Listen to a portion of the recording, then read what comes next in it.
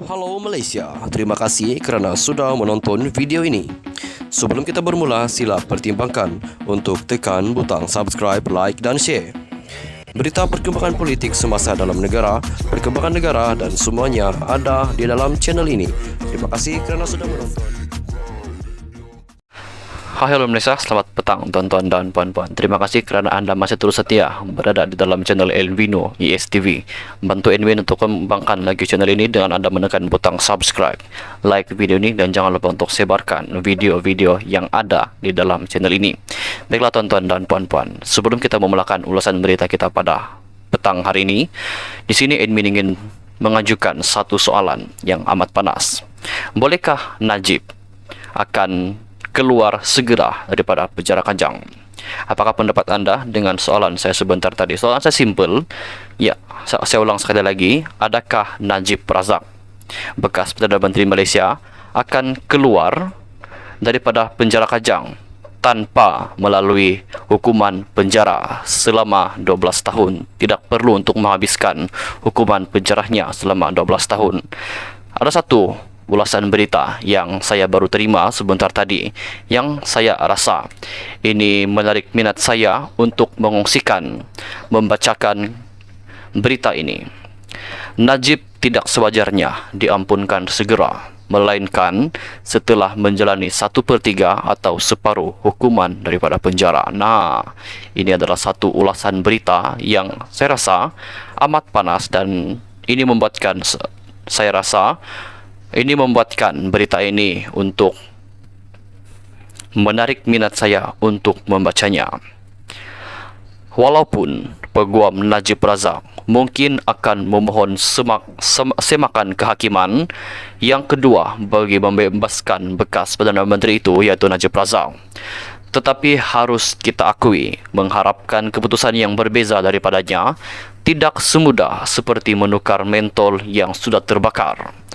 Dengan keputusan majoriti terkumpul 13-1 dalam kes SRC Internasional yang dihadapinya setakat ini, semakan kali kedua jika dipohon kebarangkalian ianya ditolak juga adalah tinggi. Saya sudah banyak kali menulis sejak lama dulu lagi. Fakta yang jelas dalam kes Najib itu ialah ada kemasukan wang ke dalam akaun bank peribadinya dan kemudian wang itu pula dibelanjakan dengan antaranya untuk membeli belah di luar negara. Cubaan menggunakan isu teknikal tidak memadam hakikat bahawa kesalahan memang telah dibuktikan berlaku melebihi keraguan yang munasabah. Dalam keadaan sekarang di mana hukuman sedang berjalan, satu-satunya pilihan yang tinggal buat Najib Razak, bekas Perdana Menteri Malaysia itu, untuk dibebaskan hanyalah memohon pengampunan daripada Yang di-Pertuan Agong. Dalam hal ini, ada sebahagian penyokong Najib yang mahu keluarga bekas Perdana Menteri itu untuk menumpukan kepada hal tersebut sepenuhnya buat ketika ini dan melupakan saja untuk memohon semakan buat kali kedua. Malah ada penyokong Najib yang yakin jika fokus itu diberi tumpuan mulai sekarang, Najib tidak mustahil boleh dibebaskan sebelum sambutan hari raya ini. Tuan-tuan dan puan-puan, sebelum kita meneruskan ulasan berita ini, adakah anda bersetuju dengan artikel ini di mana ia mengatakan ada penyokong Najib yang yakin jika fokus itu diberikan, yaitu fokusnya ialah menumpukan sepenuhnya kepada pengampunan agung, Najib Razak akan diberi pelepasan daripada Yang di-Pertuan Agong dan dibebaskan sepenuhnya daripada hukuman penjarahnya sebelum Hari Raya Aidilfitri. Tuan-tuan dan puan-puan, apakah pendapat anda dengan perkongsian artikel sebentar tadi?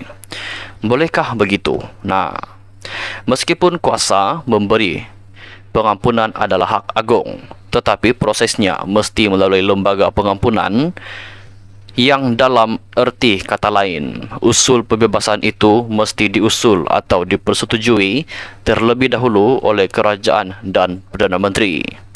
Ia sama seperti kes Anwar Ibrahim diberi pengampunan pada tahun 2018 dahulu, di mana Perdana Menteri ketika itu Tun Mahathir Mohamad mendapat mandat sepenuhnya daripada Pakatan Harapan PH yang baru membentuk kerajaan untuk mengemukakan pengampunan tersebut. Anwar dijatuhi hukuman penjara 5 tahun pada 7 Mac 2014 oleh Mahkamah Rayuan dan mendapatinya bersalah meliwat pembantunya Muhammad Saiful Bukhari Azlan, dan hukuman itu dimuktamadkan oleh Mahkamah Persekutuan pada 10 Februari 2015. Ini bermakna ketika Anwar diberi pengampunan pada tahun 2018, beliau sudah menjalani sebahagian besar daripada hukuman penjara 5 tahun yang dijatuhkan terhadapnya. Tetapi Najib sudah berapa lama berada di penjara Kajang? Tuan-tuan dan puan-puan, kalau ada di sini yang sedang menonton video ini yang tahu sudah berapa lama Najib di penjara Kajang, Anda boleh tulis di ruangan komen di bawah. Dalam tinjauan dengan beberapa peguam, mereka nampaknya berbeza pendapat tentang bila permohonan pengampunan boleh dipohon. Ada yang mengatakan pengampunan hanya boleh dipohon setelah seseorang pesalah itu menjalani sekurang-kurangnya 1/3 daripada hukuman, dan ada pula yang berkata tiada tempoh masa yang khusus untuk berbuat demikian. Dikatakan bila-bila masa saja pengampunan itu boleh dipohon. Namun demikian, dalam kes Najib Razak yang mana beliau merupakan bekas Perdana Menteri Malaysia yang pertama dihukum penjara, serta untuk memberi pengajaran kepada semua, ramai ditanya pendapat mereka tidak bersetuju sama sekali jika bekas Presiden UMNO itu diberi pengampunan dalam waktu yang terdekat ini. Rata-rata beranggapan tempo yang wajar untuk dipohon pengampunan ialah setelah beliau sekurang-kurangnya menjalani 1/3 atau separuh daripada hukuman yang diterimanya. Tambahnya lagi, kata mereka, Najib masih ada kes lain berkaitan 1MDB yang sedang berjalan di mahkamah, dan pengampunan awal yang diberi kepadanya akan memberi kesan kepada kes-kes tersebut.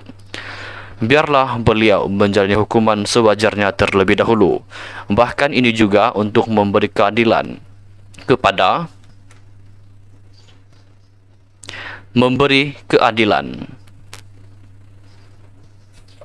kepada pesalah-pesalah lain juga, tambah mereka lagi. Seorang pemimpin politik yang enggan disebut namanya berkata dalam kes Najib, beliau paling wajar menjalani separuh daripada hukuman sebelum hendak diberi pengampunan daripada diraja.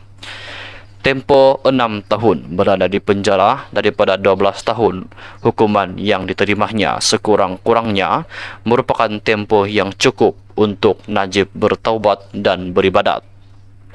Beliau tidak perlu memikirkan soal dunia lagi selepas ini, tegas pemimpin berkenaan. Nah, tuan-tuan dan puan-puan, itulah artikel yang saya rasa saya suka untuk membacanya, di mana Najib tidak sewajarnya diampunkan segera, melainkan setelah menjalankan 1/3 atau separuh hukuman daripada penjara.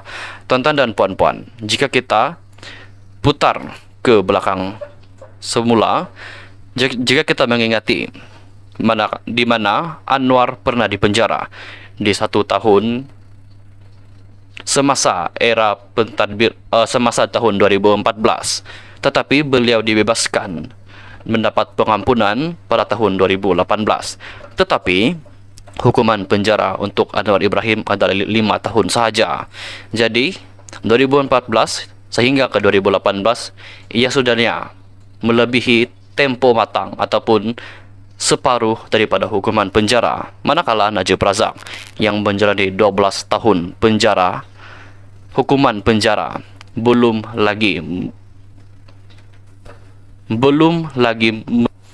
lagi mencapai separuh daripada hukuman.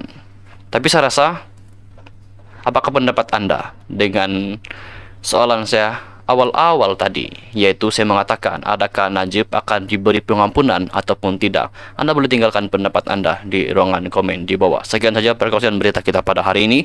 Kita jumpa lagi di video yang seterusnya. Bye-bye.